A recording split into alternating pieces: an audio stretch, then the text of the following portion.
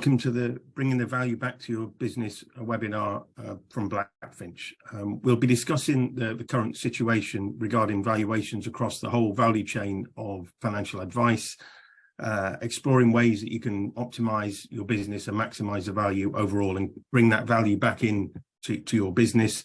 And this kind of seems extremely opportune. I mean, it's always of interest and value to most advisors I talk to, but the recent research from Opinion suggested that 75% of you are looking to sell your business in the next 10 years. So it could be especially relevant.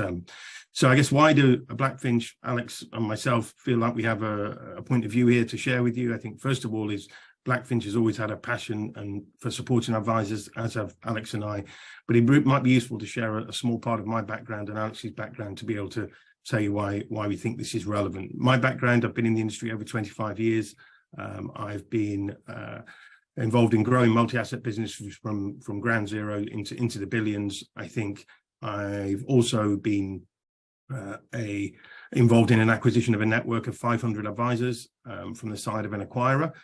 And I've also been the other side of 10 to 15 transactions from the other side of advisors looking to sell to other businesses overall. So kind of have a unique perspective on the kind of valuation models. I've also been set up and been involved with and the CEO of a platform through that as well. So I think hopefully it gives a broad view and experience of the marketplace as a whole, but also what hopefully will come across through today is also my passion for helping advisors. So over to you, Alex.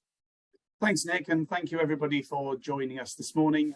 So my name's Alex. I'm the commercial director at Blackfinch Group. I've got about 15 years experience in the industry, historically heavily involved in the management of multi-asset investment strategies, so very conventional client portfolios. But over the last 5 years or so, I've been privileged to work quite closely with financial advice businesses and consulting with advisors on building and designing investment solutions. I'm acutely aware of how crowded and competitive the multi-asset outsourced investment space is. So it's been really interesting and a fantastic part of my job over the last few years to, again, speak with advisors and find those pinch points, find those bugbears and the niggles that the marketplace has with solutions and try to build propositions that address them. So yeah, hopefully should be a really interesting webinar, and yeah, looking forward to getting into it. Thanks, Alex. I think as we go through the presentation here, I think, we'll really focus, as I've already alluded to, this kind of the current status and kind of the current valuation metrics of the business overall. Is whatever your plans are over the next few years, or whether you want to be in the industry or the business or the profession for the next 30 years or 20 years, I think this will be especially relevant for you, if you're looking to just really fully optimize your business overall. Want to stress this is an interactive session. There'll be questions as we go through the presentation. So please answer those as we go through, or if any questions arise as you're there, please put them in the chat box and Alex and I will do our best to answer them. So I guess let's get started. So we have the inevitable disclaimer slides, as well as the learning outcomes, which will appear very shortly. Without reading them out one by one, we've mentioned this already, we'll understand the current state of kind of valuations within the marketplace across our value chain, and we'll focus on a particular strategy, including the focus on centralized investment propositions and how we think they can help maximize the value of your business overall. So on to our first question. So do you know the market value of your advice business? If you could please answer that would be greatly appreciated. Okay, so we'll move on to the next slide. So I guess to understand the kind of the business of the advice business valuations, I think it's important to take a trip down kind of the history of financial advice. So I think when we start right back to the beginning here, it's kind of hopefully it'll help us understand where we are today and why the valuations are as they are, and maybe we can explore potentially what the future might look like. So first of all, I mean, for those of us in the industry a long time, we all remember this. Most financial advisors started out in the kind of 70s and 80s, predominantly employees of banks, insurance, and building societies. Overall, and I think most advisors were working for those institutions, and there are a number of challenges within the space over time, and a number of companies were fined, and as a result of that, many advisors kind of those businesses were closed down, and most advisors left those institutions. And what actually ended up, they set themselves up in one of kind of three areas. You know, there were three ways advisors tended to set up the business. One was people went out completely on their own and set themselves up as sole traders. So typically one advisor, sometimes sole businesses with one individual, sometimes with further employees, but ultimately really small businesses, 1 to 2 to 3 employees in total. That was one route people went down. The second route people went down were partnerships. So a number of people got together with kind of friends and colleagues that they'd known or worked well together with, and set up partnerships with anywhere between 2 to 4 4 advisors collectively set up a partnership and offered financial advice that way. And thirdly, we had kind of the networks, and the networks were kind of aggregations of hundreds, and in some cases thousands of advisors that aggregated under one umbrella who wanted to feel part of a bigger organization.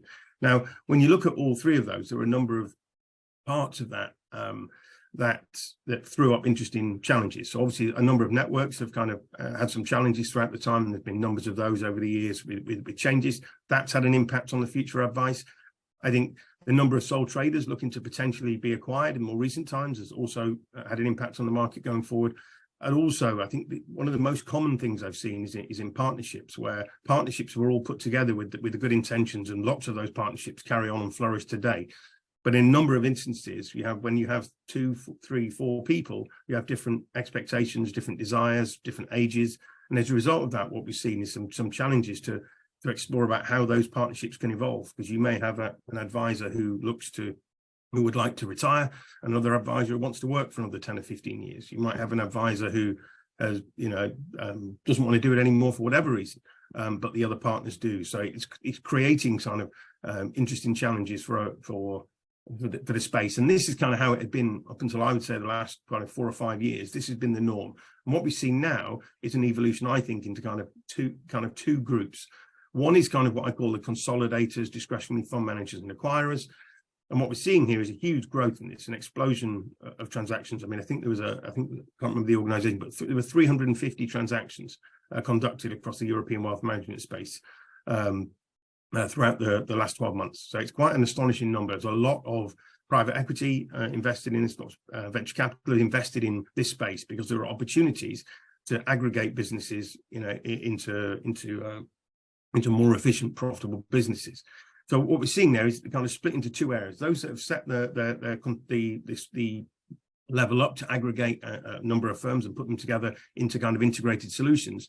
And the other side of it is what I call profitable regional businesses. And they're businesses that have kind of looked at potentially being acquired and have decided, actually, no, the drive and passion is to get this business to be the most efficient, a strong presence in the local area, and kind of get the economies of scale that way.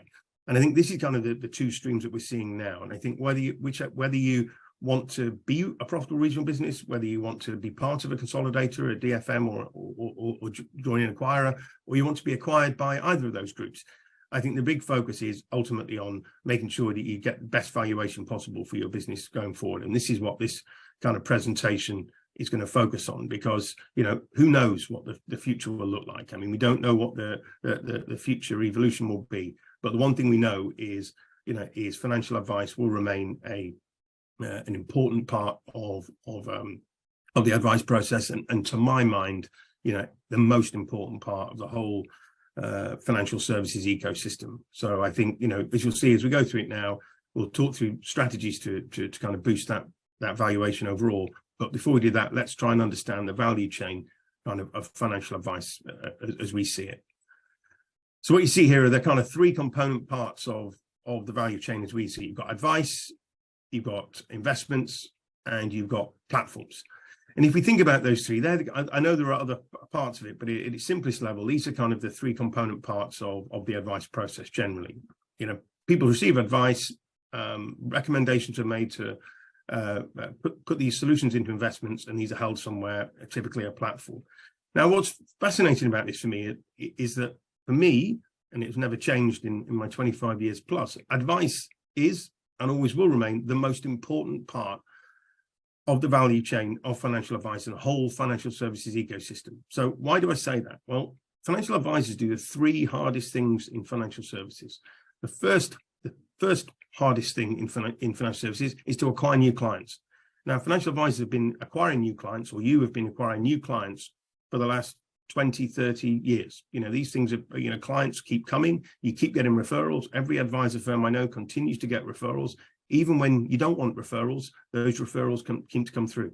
And you compare that to some of the fintechs that have struggled. If you look at investment companies, platforms, client acquisition is of paramount importance, and a challenge for all groups, except financial advisors who are continuing to grow their client banks, even when in fact there are, most advisor firms feel like they have enough clients already. The second hardest thing to do in financial services is to keep people happy for extended periods of time. I can think of no other industry outside of financial advice where people keep clients happy for 1, 3, 5, 10, 15, 20, 30 years. I was talking to an advisor the other day. He said he's had clients for over 40 years. Now you think about that client longevity, that retention for that period of time. Again, unbelievably difficult to do. Yet financial advisors have done that through, I would argue, I don't need to describe it. How many kind of once in a lifetime events, do we seem to have these days? It almost feels like we have a once in a lifetime event every year. So I think, advisors still maintain relationships through all the financial crises, through all the ups and downs, all the tech crashes, all of these things, advisors have continued to keep those clients happy. And the third hardest thing to do in financial services is to keep the right side of the regulator. And again, financial advisors have completely and utterly excelled in this area as well. Of course, there are always minor exceptions, but in an advice industry with 25,000 advisors, there's always someone not quite right. But I think as an industry and a profession as a whole, I believe that, that the advisors have kept the right side of the regulators continually throughout that period of time. And often have zero complaints and other things. So if this is the case, and this is the hardest thing to do in financial services, the question one would hope is that, of course, the financial advice businesses are the most valuable. And of course, that unfortunately is not the case. So if we move on to the next slide, I think what we can see here is kind of a breakdown here of the valuations within the financial services sector for the different business types. So this is based on, again, a lot of information. There's independent analysis, there's corporate finance information, there is my own experience of people within Blackfinch Group as a whole, and just a lot of transactions that we've seen that are in the public domain as well. But I think what I want to do here is show you all the valuations of different component parts. So at the start, we look at the advisor multiples. You may or may not be familiar with this. Again, I think the statistics from the questions earlier, thank you very much, show that that only 35% of you have kind of recently had a valuation of your business, and have the kind of a market value of it overall. But just to give you a guideline, what we're really looking at here is advice businesses are valued at somewhere between 6 to 8 times EBITDA, or let's call it profit in its simplest sense. It's obviously slightly more complicated than that, or 3 to 4 times revenue. So these are the valuation multiples as you see. I think when you've been involved as many transactions as I have, that broadly ends up about the same number, depending which type of model that the acquirer chooses to use. But those have been pretty consistent now, I think, for the last 4 or 5 years. We hear lots of talk of those valuation metrics going up, but actually what we're tending to see is they've been pretty consistent throughout. We might hear high headlines. We might have seen some examples of percentages of AUM and other things. But what you find out when you get into the detail, and the others, as I have many times, you always end up broadly about the same level. So then we start looking at other areas that people are less familiar with, things like platforms. So how are platforms valued? So there have been a number of transactions in this space recently. There was one recently sold that was losing money, significant money, and has been bought by a larger company. And that had a kind of, sold for, it was losing money on an annualized basis, but actually the revenue multiple was high. So it sold for somewhere, in the kind of 30 to 40 million category. And again, other ones that more at break even have sold for 40, 50, 60 million pounds as a valuation. So platforms at a revenue multiple completely different from the advice businesses. It's purely on a multiple of revenue. Because of the scale, that means these figures are extremely high. Then we start looking at kind of the investment piece, which is the discretionary fund managers and the fund management groups, and you start to see a wide variation here. And typically, somewhere between 10 and 15 times kind of EBITDA, that multiple is extremely high. And the question I always ask myself is, where do the flows come from for the platforms, discretionary fund managers, and the fund management groups? It's through financial advisors. Financial advisors are recommending products to your clients, or you're recommending products to your clients.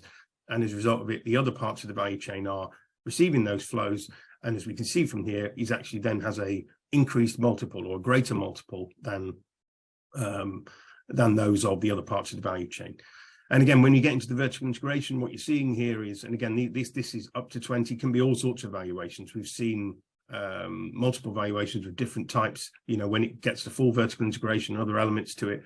And whether we like it or not, the reason people are in this space is because there's an opportunity to get those multiples at an extremely high level. So despite the fact that financial advisors are doing that, providing flows to all of these groups, it seems kind of, for me personally, and as a group, you know, a bit of a mismatch, I think, overall. And I think, you know, maybe there's something that can be done to do that. So I think, you know, if we can kind of move on to the next slide, I think what kind of, I've always mentioned a mismatch on the valuations in terms of the source of the flow. And the bit that probably frustrates me more is, in fact, where responsibility and risk sits. So if we think about the recommendation for advice, the suitability, the risk for that sits with financial advisors. If you think about when funds don't perform, as investment companies, we don't necessarily sit in front of your clients. So ultimately, the responsibility and the risk sits with an advisor. And I think probably the area of focus that I'd like to focus on here is probably something like defined benefit transfers. I know it's not always everybody's favorite topic, but I think hopefully it'll highlight the point. Defined benefit transfers were good news for financial advisors in the sense that it allowed a number of clients to get situations that they possibly couldn't have possibly believed, and also it was potentially good advice for those people to transfer out. So it was good news from an advice perspective in the sense of advisors got initial fees for conducting the advice. Secondly, it was good news because the ongoing fees increased because of the funds under management as that increased overall. So that was good news.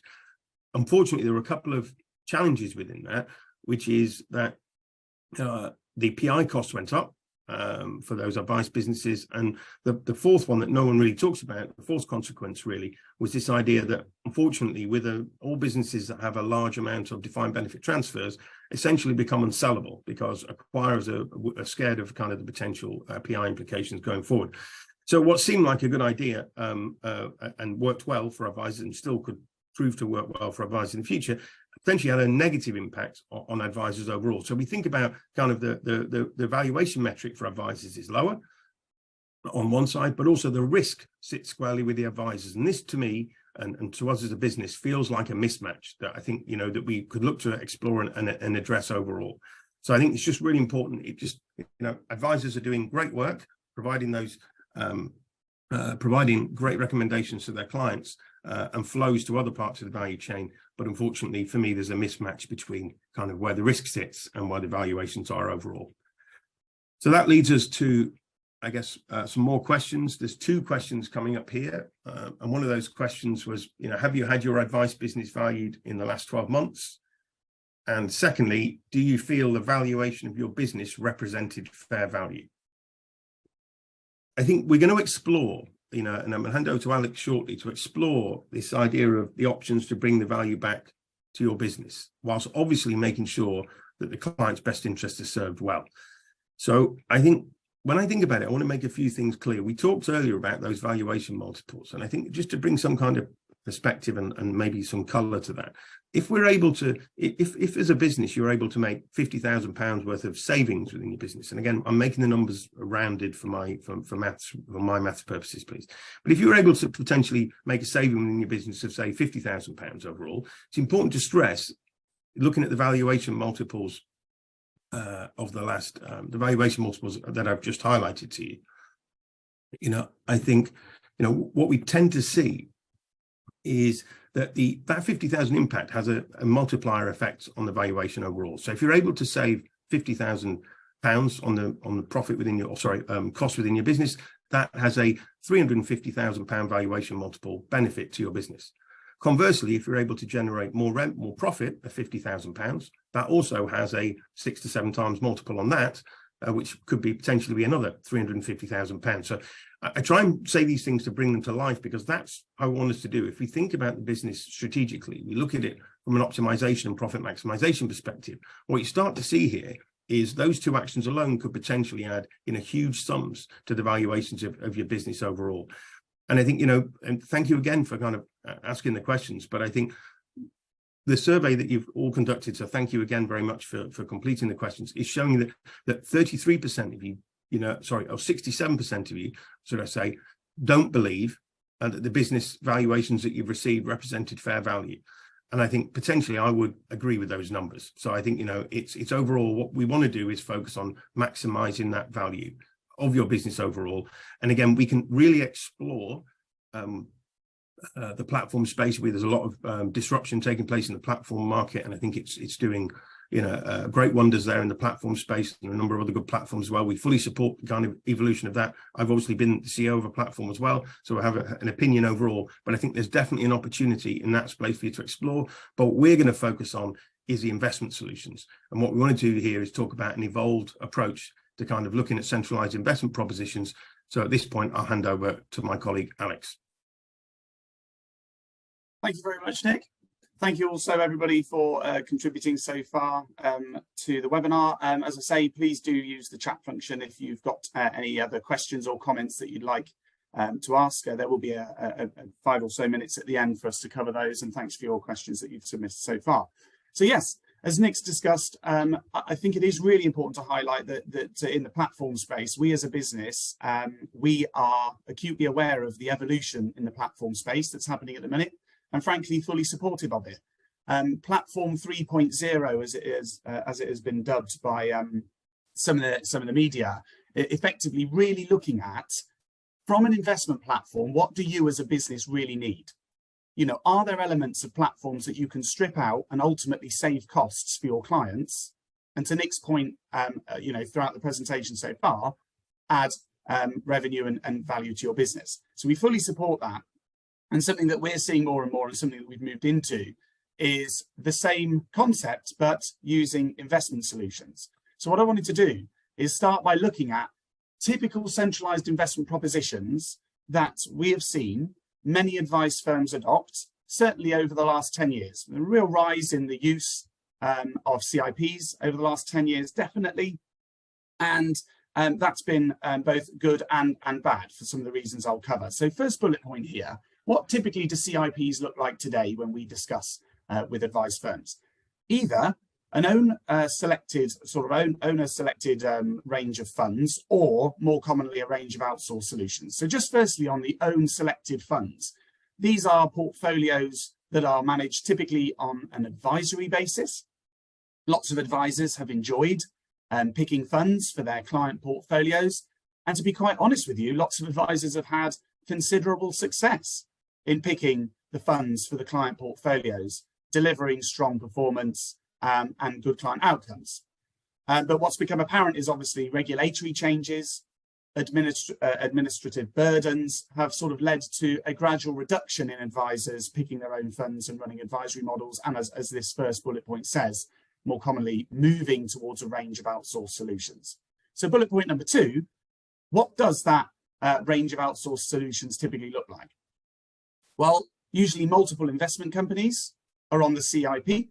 When I mean multiple investment companies, that could involve DFMs, which traditionally did bespoke investment portfolios for end clients. I myself have around 10 years experience previously in building these bespoke investment portfolios for clients. And also another very popular solution is investment managers offering MPS. MPS on platform. And those same managers may also offer multi-asset funds, unitized fund of funds, again on platform. So typically, that's what that has looked like. Now, over the last 10 years, we've really seen a lot of advisor firms grow their CIPs. And there's quite a bit in the press over the last 1 or 2 years about the challenges of bloated CIPs, because providers tend to be added over the years, but sometimes providers are not also removed. So what can happen with a lot of advice businesses is the CIP can feature a lot of providers on there, but typically speaking, only say 2 or 3 maybe, are used consistently. And there might be a long tail of providers, maybe some legacy business in there, but it can be quite tricky to manage. So let's look at some of the challenges of a crowded CIP that we see and we discuss with advisors. Well, firstly, top left bullet, complexities of reporting and analysis. Some managers are prompt and pretty decent with their reporting. Some are less so. Some report maybe on a monthly basis or a quarterly basis. So there's differences in the reporting timeframes. And what we've heard is a lot of advisors will have clients that may have 2 or 3 different MPSs with different providers. So of course it becomes quite challenging when the advisor wants to do the client meeting and they have lots of data and information to gather from different fund managers and DFMs to present to the client in their client review. And that leads on to the second point, perception of where the expertise lies. Again, we're told that those clients that do have multiple investment solutions with different providers, the client can sometimes question where the expertise lies. You know, what manager is doing what for me? Why have you selected certain managers for me alongside other managers? And whilst the intentions are often always good, it can be difficult to explain to the end client exactly where the expertise lies, with who, and again, why there are multiple providers in their solution. And of course, third point, time consuming. Ultimately, the whole point of outsourcing away from, traditionally away from advisory managed in-house model portfolio solutions, the point of outsourcing was to save you time, was to increase efficiencies. But of course, as the CIPs have grown over the years, again, that can take up more of your time to then report on those providers. Regulatory obligations. If you have a lot of managers and investment companies on your CIP, you need to, and certainly in the current regulatory framework, need to be gathering lots of information off all of them, to be demonstrating to the regulator, why have you selected them? Are they delivering fair value for money? And of course, all of this multiplied over several providers, again, links back to the time-consuming point. And finally, it's your reputational risk. To Nick's point earlier, ultimately, your reputation is on the line when it comes to why have you selected certain managers for certain clients, certain products, certain demographics, which is where your reputation is potentially at risk. But what could be the solution? So again, as I alluded to before, we are seeing lots of platforms move into this space, and it is firmly our belief that investment propositions should do so as well. And it is leading to the rise of tailored portfolio services coming to the market. So what is a tailored portfolio service? Effectively, a tailored portfolio service is where you would work with an investment manager like Blackfinch to build your own range of investment portfolios for your firm. So this is not building bespoke investment portfolios on a client-by-client basis. This is you as an advisor, as a business, building a range of portfolios to suit your clients.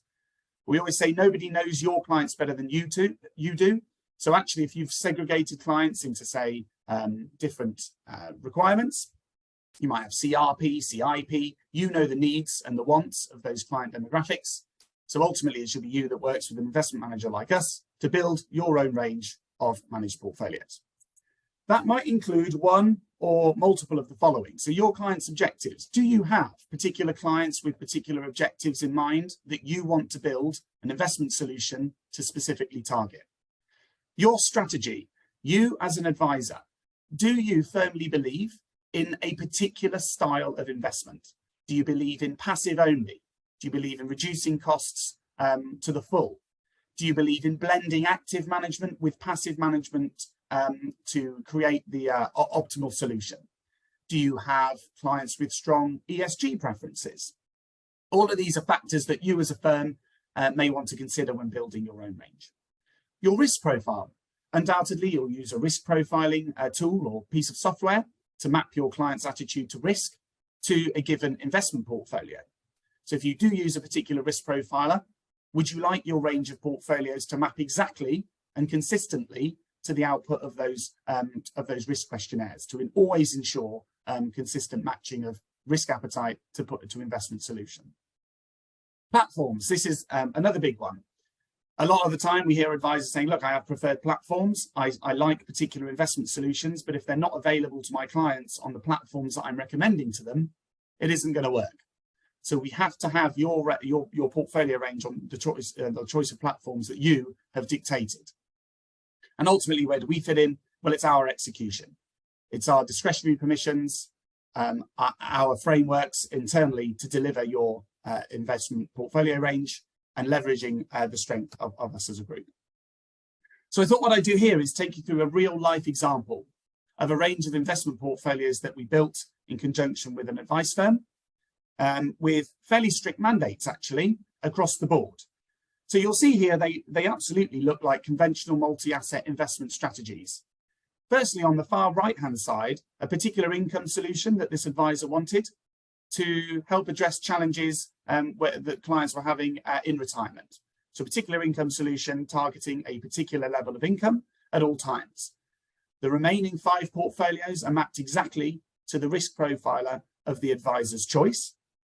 And also this particular advisor had a fairly keen interest in financial markets. So wanted a bit of input into some of the investment asset allocation, some of the regional inputs, and even some of the style inputs within the underlying asset classes. Again, that's not the case for every firm we work with, but this particular advisor was very interested in that. So again, quarterly investment meetings and sort of committee type structures are set up where we share views and that are integrated into their own range. But it's not just building the portfolios, they are then stress tested as you would expect.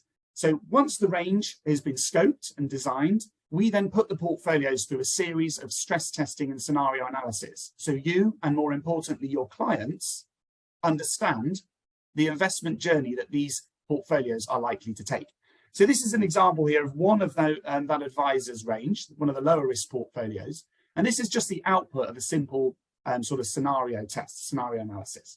And you can see here, we forward project the returns over 1 up to 20 years based on that tailored asset allocation that advisor has given to us. So you can see here on the left-hand side, over any given 1 year time frame, the portfolio could deliver between negative 12.4% and positive 23.6% over a 1 year period. So quite a wide range of returns, which of course is why we always say, do not invest for just 1 year. As you move right, you can see that those range of returns narrows and the probability for a positive return increases. Obviously, that's why we say investing is for the longer term. But it's quite nice to show a client going into your own investment range and the data that your portfolios is spitting out. And of course, through the middle there's an average return there over that time period of just shy of 6% to, again, manage client expectations in what this portfolio is sort of designed to deliver. Now, there's one of these for every portfolio. Some advisors would come back at this stage and say, actually, yeah, that's about where my clients need to be for their returns. Some advisors might say, okay, we need to add a bit more risk in because I've got clients that have higher return objectives. But this is very much part of the consultation stage that we take when we build your range of portfolios with you. So it's not just building and managing the investment solutions. Advice firms also want support in the client communications and general content that is produced to support the investment proposition. So what we have, and again, there's sort of a regulatory, really nice tie-in with this, particularly in light of consumer duty. But what we're trying to do here is really engage the end client with relatable content that is linked to their investment solution. So top left, ad hoc market commentaries. When key events, and to Nick's point earlier, once in lifetime events seem to be happening more and more, but when key events happen in markets that move the client portfolios significantly in one or the other direction, we will always produce an ad hoc commentary to illustrate what is going on in markets and how that's impacting the portfolios. That links quite nicely to our thought leadership pieces, which is top center. Thought leadership pieces, and this was very useful last year when we saw almost indiscriminate sell-offs in equities and bonds. Thought leadership pieces we produce for you to send to your clients to illustrate the dangers of panic selling, for example, to illustrate the risks of trying to time when to go back into the market, to illustrate the longer term damage clients can do by moving to cash when they're fearful. So, and then moving on to illustrating the benefits to actually weathering market downturns and storms and capturing the full upside as and when it arrives. So thought leadership pieces really are there to support you and your clients through challenging market conditions. Top right, the infamous industry monthly fact sheet. I don't pretend this to be the most particularly exciting piece of content we will produce for you, but nonetheless, it's hygiene. You will need them. They're produced in a timely manner to a specific date that we agree with you to get the fact sheets out to your firm for your portfolio range. Of course, they are tailored to your portfolio range as well, but we take the heavy lifting on producing those reports. Quarterly investment reports. You'll want to engage with your clients on a quarterly basis, perhaps with more detail on the investment solution, what's happened in markets, what's been going on in your portfolio range. Again, we produce those. Bottom center, investment analysis reports. This is a little bit more niche. We've had firms with clients with legacy investment solutions. Perhaps they've inherited a client bank or acquired a client bank, and they're looking for some technical analyst-based assistance in comparing an existing solution with their solution in their tailored portfolio range. And we have a very comprehensive and skilled team that can conduct the analysis, crunch the data, and give you very fact-based comparisons between the existing solution and your tailored solution to assist with any switching should you require.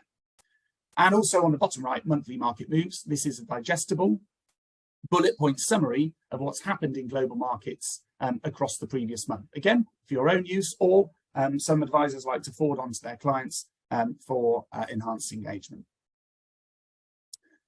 The co-branded materials. Naturally, we would like to co-brand any material we produce for your portfolio range with your firm. White labeling is also an option, but by far and away most popular is the co-branded.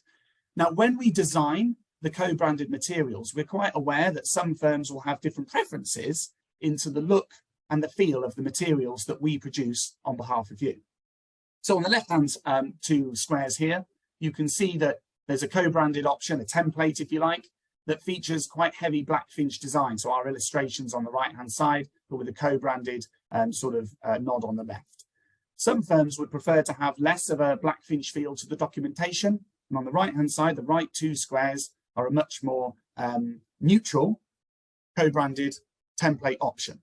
So we acknowledge, some firms may wish to choose what the templating look like, and we offer those. And you can see in both cases that the advisor logo and the Blackfinch logo is quite prominent to really cement that partnership between the two businesses.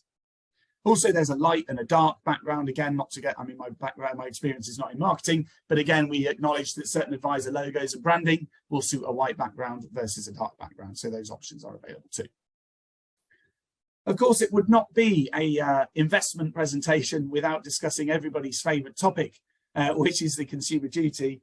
I promise I will not do this slide to death, but I do think it is quite relevant and links very nicely into the tailored portfolio service solution as a whole. So we all know, and we've been webinared to death on the sort of three core sections of the duty on the left-hand side, the principle, the cross-cutting rules, and the 4 outcomes. But let's just test. If you were to adopt a tailored portfolio service, how does it link in, or how does it demonstrate compliance with the consumer duty?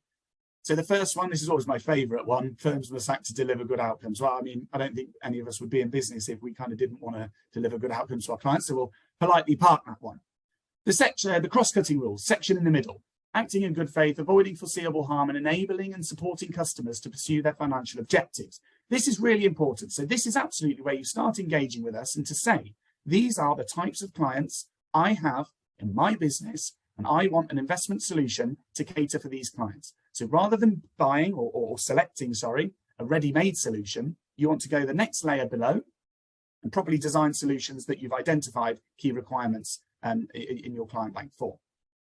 Leading on to the 4 outcomes, products and services. Naturally, building your own investment range for your clients is a key product and service that you are going to offer your clients. Price and value. In having a say and input into how your range of portfolios are constructed, you absolutely have a price and value point here. So you would set the price. We have firms that come to us and have strict cost caps on their range. They'll say to us, I want this range, I want it to look like this, but I do not want the portfolios to ever breach a certain level, all in. They might have a range of costs. They say, okay, there's a banding of cost here, 5 bits over, 5 bits below, roughly this price point. So you absolutely have control over the price that your clients are going to be paying for their investment solution. Consumer understanding, we've covered a lot about the engagement, the materials we produce, the relatability of the sort of materials we produce and the language we use when educating clients and communicating their sort of investment performance to them. So again, to really enhance their understanding. And finally, consumer support as well.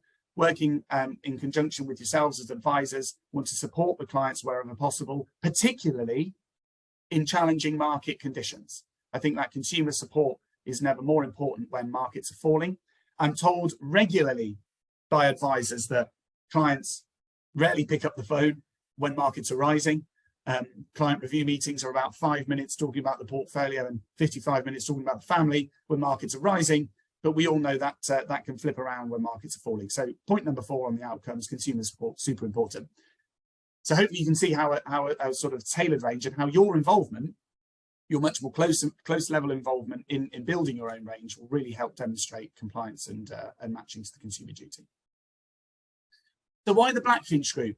Some of you on this call may be aware that the Blackfinch Group has quite a rich history in working with financial advisors. As Nick touched on at the beginning, we are an exclusive advisor-facing business. So we don't accept business directly from end customers. Financial advisors are our clients. And the roots of the business really lie in the tax-advantaged investment space. Why is that relevant?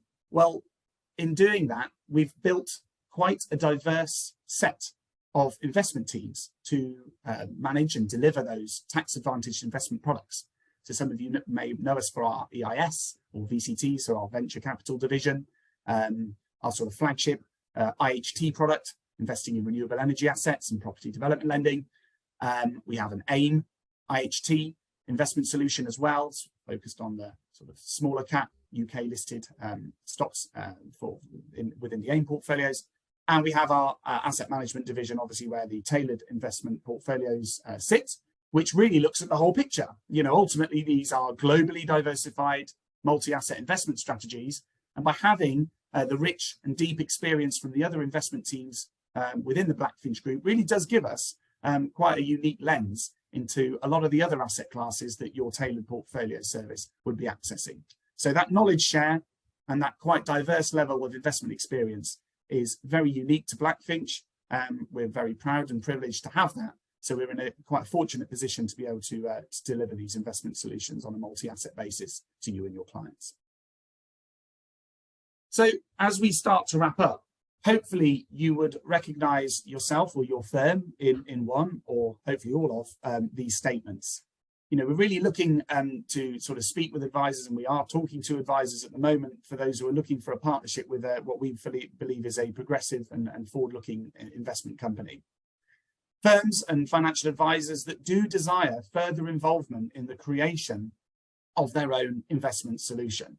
As I keep stressing, much like the platform space, when you're using these different components of the financial advice value chain, we really do think it's important to strip out areas where you're not using or which are not of advantage to your clients and really focus on those areas that are delivering advantages and value to your clients. Ultimately, you're going to be saving costs and delivering a better solution. So those firms, we absolutely welcome those firms that want further involvement in the creation. Looking for enhanced support. You know, do you use a provider at the moment? We are regularly told this. You know, you might get that dreaded fact sheet.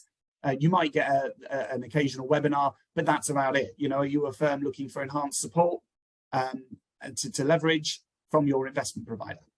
Obviously, striving to deliver best outcomes for clients. You know, I haven't yet met an advisor that does not want to strive to deliver the best outcomes for the clients. But back to my consumer duty point, I think actually really getting involved and engaged with designing your investment solution is a great way to demonstrate that. And frankly, firms wanting to optimize the value of their business. Something Nick and I discuss quite openly and quite frequently is there is no shame in advice businesses making profits, wanting to become really valuable. Profitable financial advice businesses are vital to delivering the financial advice that clients need. Lots of sort of commentators and parts of the industry want to shy away from discussing advisor profits. We don't. We firmly believe that the more profitable financial advisors are, the more profitable their businesses are, ultimately enables them to deliver better value to the clients. Ultimately, that would not happen if the business was consistently loss-making. So let's really start to talk about getting these businesses quite profitable. So as we come to the end of this webinar, again, thank you for the Q&As that have come in so far. We've got a few minutes to answer those. Where could you go next? A recording of this webinar will be shared with you afterwards. So if you want to watch it back to recap on any points, then that will be sent to you directly afterwards. We also have a three-part series. If you're not already sick to death of mine and Nick's voice, there is a three-part video series where Nick and I discuss all of this and actually slightly more in greater detail to really sort of highlight the challenges in the industry, but more importantly and more excitingly, the opportunities. There's also a discussion paper that we've put together that looks at real-life examples where tailored portfolio services have helped to demonstrably add value to financial advice businesses. And finally, on the right-hand side, you know, if you are ready to talk, if you've sort of listened to us sort of before or sort of already been looking into this, we have a network of business development managers across the UK who would be delighted to talk to you about this solution. There's quite a nice engagement process as well with us and advice firms. When you are ready to further discussions, we really open up that consultation process. And we have quite a few meetings to get to know you, get to know your requirements, and start to build and shape your solution, what it might look like. So that's quite a nice, quite a nice journey to go on. So these are the learning outcomes. I have to show these for CPD reasons. And Nick, I think if we come back onto the Q&A section, I think we do have a couple of questions to go through for the last couple of minutes. Absolutely. Thanks, Alex. Yes, and thanks for sending the questions in. I've got a few, conscious of time, but I think there's a few here that I think might be of interest to you. I think one, especially for you, Alex, on this, it said one of the questions we've got asked is, will this increase the costs for my clients? Yeah, perfect. That's probably one of the most important ones. Ultimately, no. The advisors are in charge, as I touched on before, in charge of a lot of that cost element of the solution. Realistically, what we're trying to do here is create savings for the clients. As you alluded to before, if we're quite smart with how we build the range and the platforms that we look to use, again, to put the solution onto, more often than not, it results in a fairly considerable cost saving for the clients. And again, lots of advisors will pass part of that saving back to the clients. And more firms are looking to advice firms are looking to introduce a new fee, an investment oversight fee, of say circa 10 basis points, as their role of overseeing and administering parts of the investment solution. So what that actually ultimately results in is a net overall saving for the client. The advisor often, as I say, often doesn't have to, but more often introduces the investment oversight fee. So it's a separate line of revenue, completely separate from the financial advice. So, and again, it's demonstrating that their involvement in the investment solution, oversight and design. So it's resulted in a saving for the client, efficiencies for the business, and as I say, you know, a good focus on that financial stability for the advice firm. So no, ultimately we do not want this to result in a cost increase to the client. Thanks, Alex. There's another one. I'll probably answer this myself. It kind of says, it's one of the questions was, how can I prove my independence? I think this often comes up in these discussions, and I think the way I always kind of describe that is to say that we'd always select whichever partner you choose for a tailored portfolio service. You go through an extensive due diligence process to choose that company, and I think, and that's really important. We would advocate that in the process of all the people that we've onboarded to these. We would always advocate a strong due diligence process. Secondly, we also suggest that there's ongoing due diligence taking place via the quarterly meetings, but then even every year or so, put the potential solutions out for tender again. And in fact, we see this as a more effective way of implementing a centralized investment proposition, not in any way to a detriment of independence. I think it enhances independence because it has a clear and demonstrable way of explaining why you've selected a particular partner, that the solutions have been built specifically for the requirements of your clients in mind. And as you mentioned earlier, Alex, it links more back to the consumer duty elements of this as well. So actually, rather than it, one of the questions being, does this make me feel, or does this make me seem less independent? I actually think it kind of enhances the independence overall. So I think that's probably, you know, how I'd answer that one. And maybe just one more question, I guess, Alex, would be, you know, one of the questions here was, you know, what help would we get, you know, and what would the client experience be? Yeah, very good point as well. So as I alluded to before, it all starts with the initial consultation with the advice firm. We discuss sort of requirements from the advisor, the beliefs of the advisor, back to the passive versus active debate, the ESG integration, or less or more so, once we start to shape those solutions and we deliver the example portfolios, the advisor will have ultimate sign-off. The portfolios are then built and launched on the platforms of choice, as we alluded to before, so operationally they work. And then we're quite involved in helping the advisor engage the end client. So really articulating the benefits of the investment solution that they've just built to actually support the advisor when they're having conversations with the client. And ultimately, what we've found is because the advisor has had far more engagement and ownership of the whole solution design from start to finish, it's a much more natural flowing conversation than recommending a sort of separate off-the-shelf approach to a client. So ultimately, we are there to help support and articulate those benefits that are on offer for the clients, and it's all part of the whole process of construction and onboarding. Brilliant. Thanks, Alex. Sort of conscious of time here, so I guess we probably call the webinar to a close, but just wanted to thank all of you for attending the webinar. We will, of course, be following up and we'll be in touch with you soon. And thank you for your engagement with the questions and sending the questions in. Very much appreciated. And we look forward to communicating and speaking with you soon. Thank you. Thank you very much.